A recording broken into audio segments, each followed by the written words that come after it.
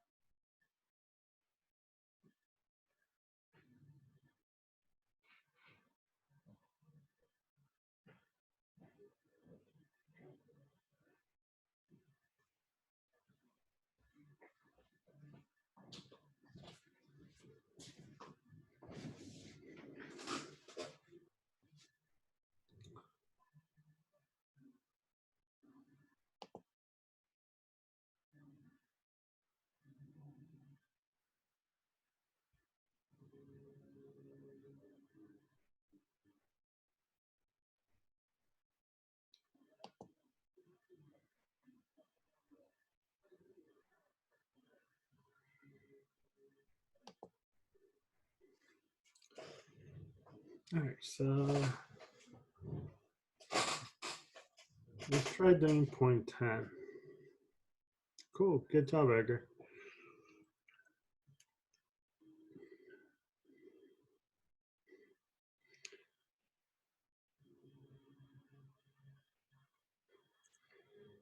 So for part A,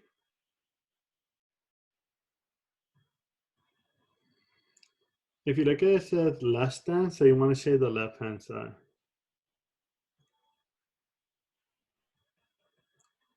So that means this is going to be 0.10.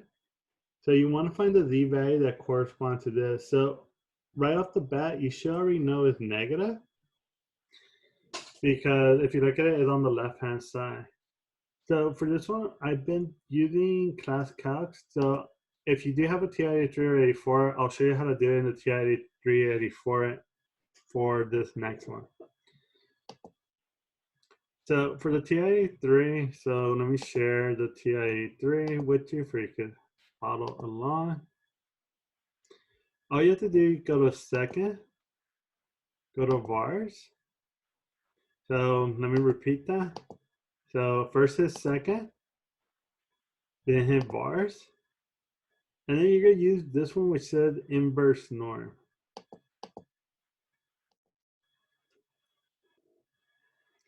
So mine, if you look at it, it's gonna ask for the area. So the area I'm gonna put 0.10.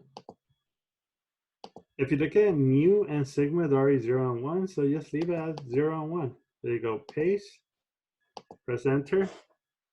If you look at it, you get z equal to negative 1.282.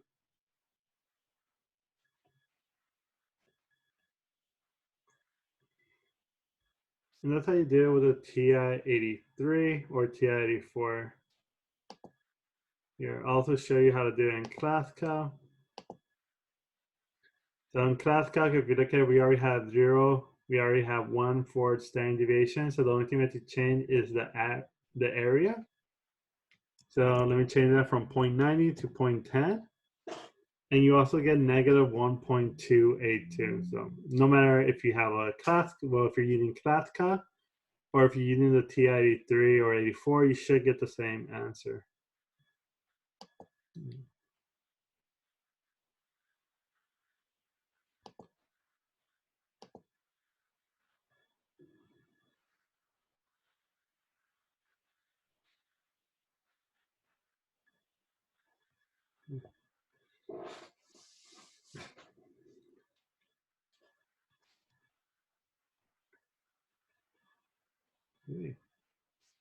Okay. So I have a question on how do we know that standard deviation is 0 and 1? So the reason that we know standard deviation is 0 and 1, if you remember from last week, hopefully you still remember, you might have forgotten it.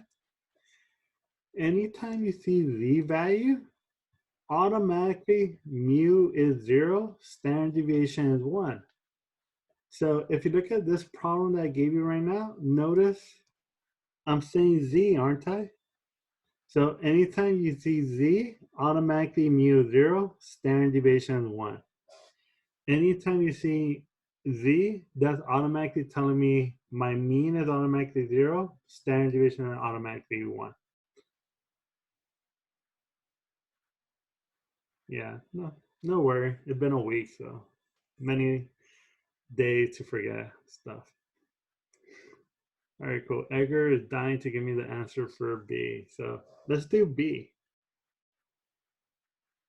All right, so key thing, if you look at it, it says greater than. So 0 right here. You put A, oh, you put Z over here. Since it says greater than, that means you shade the right-hand side. So that means we know this Z value should be positive.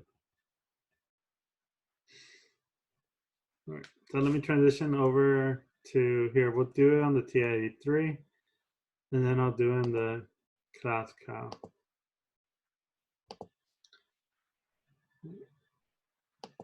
So for the TI-83, what you want to do, go to second, go to vars, go to inverse norm.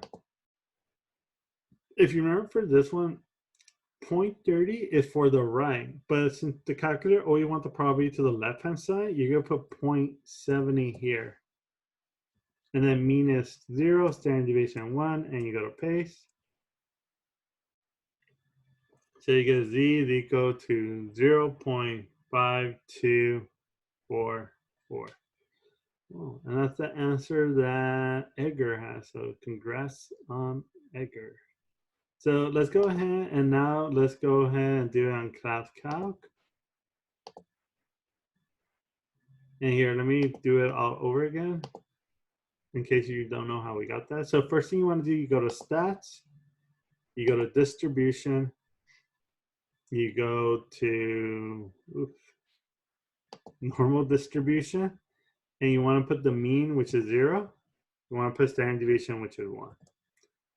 Then what you want to go ahead and do, you go back to stats, you go back to distribution, and now you do an inverse CDF because you want to find the z-score. And then you put 0.70. And if you look at it, you get z is equal to 0.5244, which is exactly the same thing that we got for that we got in our TI-83. So no matter which way you do it, both ways should give you the same answer.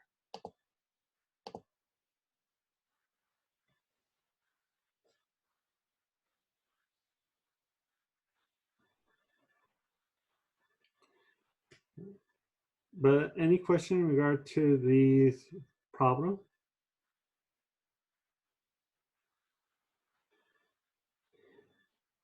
All right, so let's go to page 9. So from page 9, we're still doing the same thing, but now instead of getting the tails, so instead of getting the left tail or getting the right tail, what we want to do, we want to get the middle. So we want to get the middle that the two value are the same z value.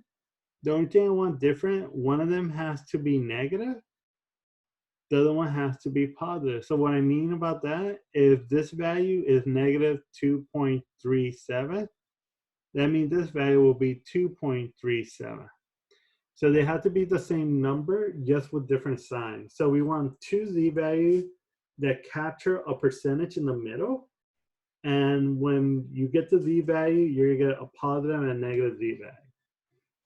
All right, so let's go ahead and work this out. So we're gonna work this first one out. So first thing I want you to recognize or just notice Z in the middle. Since the Z is in the middle, that's automatically telling me mu is equal to 0, standard deviation is equal to 1.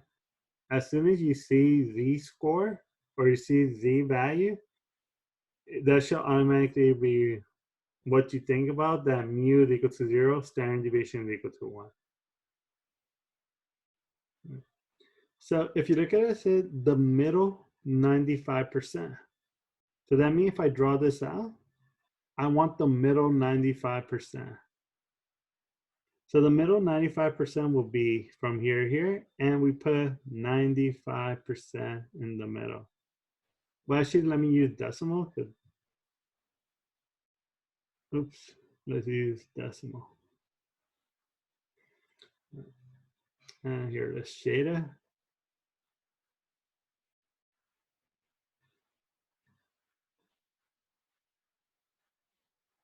All right, nice and good looking.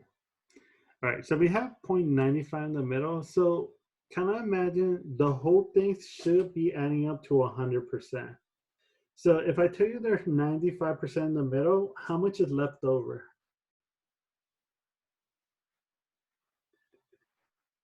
5%. Cool, thank you, Alondra. So we have 5% that is left over.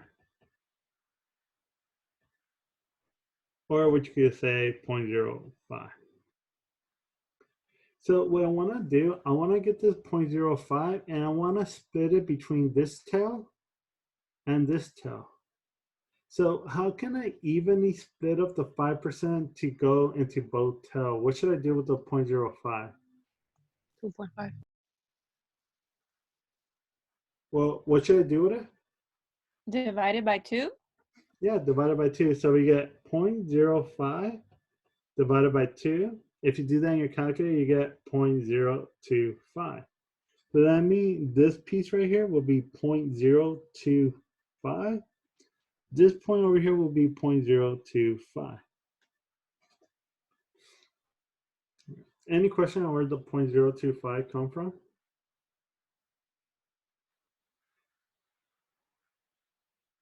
Right.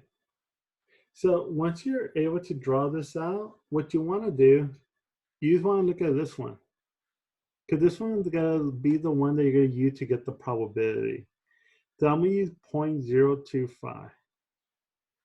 So what we're going to do now, we're going to go to class calc. And for our area, we're going to use the area of 0.025. So let me switch it over to class calc.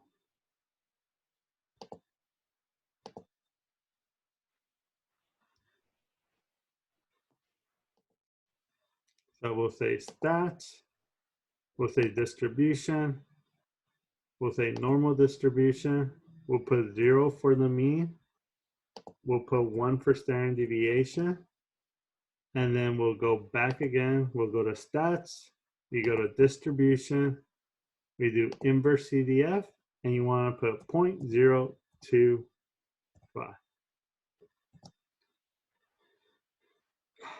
And if you look at that, we get negative 1.95996.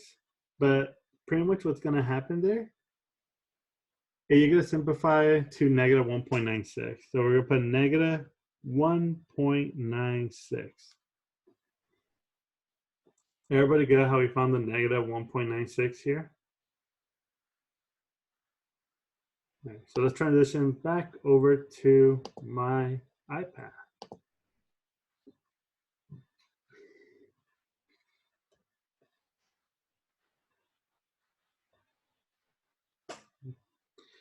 All right. So if I know this is negative 1.96, what does this has to be over here? Positive 1.96. Yeah, perfect. You positive 1.96. So if you remember, we're saying they're the same number. The only thing different from those two numbers is that one of them is negative, one of them is positive. Also, good job, Daniel. All right. But that's it for that first example. Any question in regard to that first example? So let's try the second example. So for the second example, if you notice, once again, we want it to be between negative b, positive b, and z is in the middle. So let's go ahead and draw this out.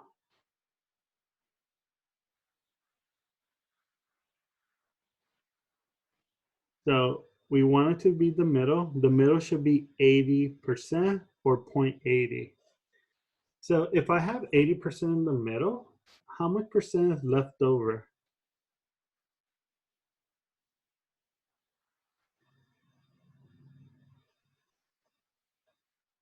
Oh, great job, Stephanie. So we have 0.20 left over. So we have 0.20 left over for both tails. So that means we have to split up that 0.20 for the tail. So to split them up for the tail, we divide this by 2 and you get 0.10. So you put 0.10 here and 0.10 here. All right. Any question on where the 0.10 come from? And anytime you're finding the Z value, you always just get this one. Because we don't really care about this one or this one. We only want to use this one. That's the one that only mattered to us in order to get the right answer. So let me just transition over to class Cal.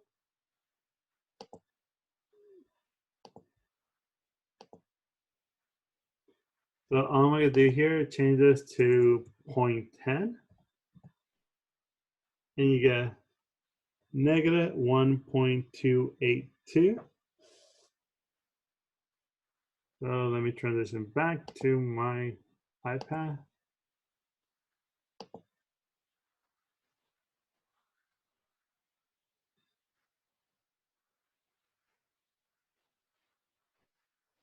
Okay.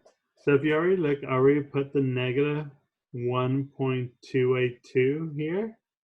All I have to do, you put the positive one, which will be 1.282. And that's it for that second one. Any question in regard to that second one? All right, so what I want you to do, take a minute and try doing this last one. So try finding the B value that would capture the 90% in the middle. What would be the 1.282? What is that? Like The negative 1.282? yeah, what are those two like is that the area or is that just B? That just, oh, sorry about that. That just B. If you notice, like right here, it has probability. So you put negative 1.282 all the way to 1.282 is equal to 0.80. Oh, okay. So you're telling us these are the two Z values that capture approximately 80%. And once we're done with that, I'll kind of show you that. Oh, okay. Thank you. Yeah, no problem. Good question.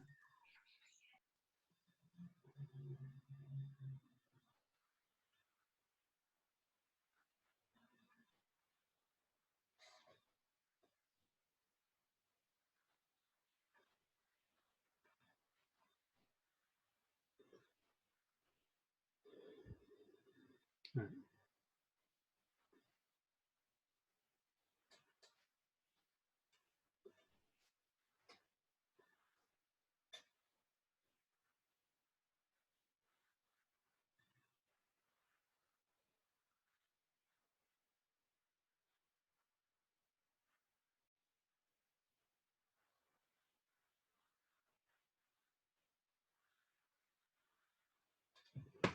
All right. So let's try doing this one. So if we have 0.90 in the middle, how much are left for each tail?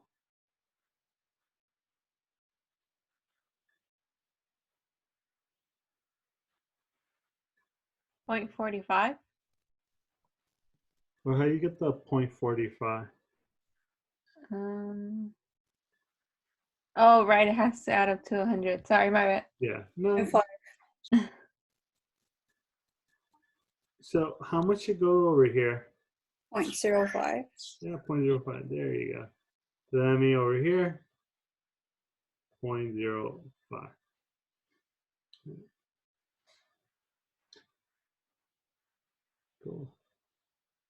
All right. So Stephanie already got the answer. So right here should be negative 1.64.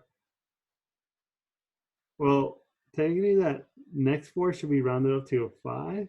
And you go positive 1.645. But pretty much the same thing. All right. So those are your two values. And that's it for this last round. Any question in regard to how to find the Z value? Okay. So we're kind of going to go and see what we just found, because pretty much we're saying from negative 1.645 to positive 1.645, there should be 90% of the data set. So let's check to see if that's actually true. So I'm going to transition back to class Cal. And we're going to see if you remember how to find a probability.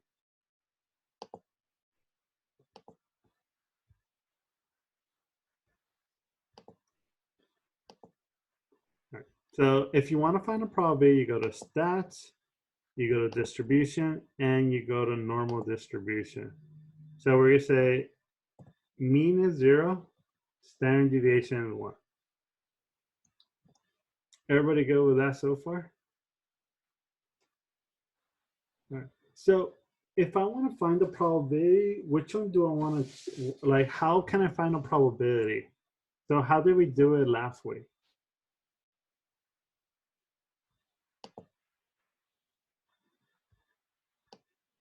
Like, what do I want to press?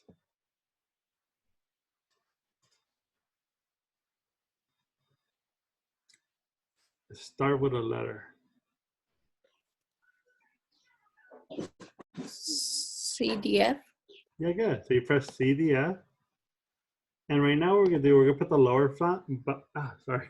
We're gonna put the lower bound. So the lower bound is negative 1.645. And then we're gonna put the upper bound, which we're gonna put positive 1.645. So now if you look right here, here's negative 1.45. Here's positive 1.45. And if you look right here, it's telling us the probability that the Z value is between these two values, which is 0.90%. So that's what we're doing when we're finding these Z value. We're trying to find what is the cutoff for that way we could have 90% or whatever percent in the middle. So you're telling us from negative 1.45 all the way to positive 1.645.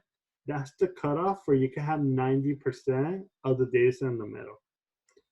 All right, but that's it for that last example.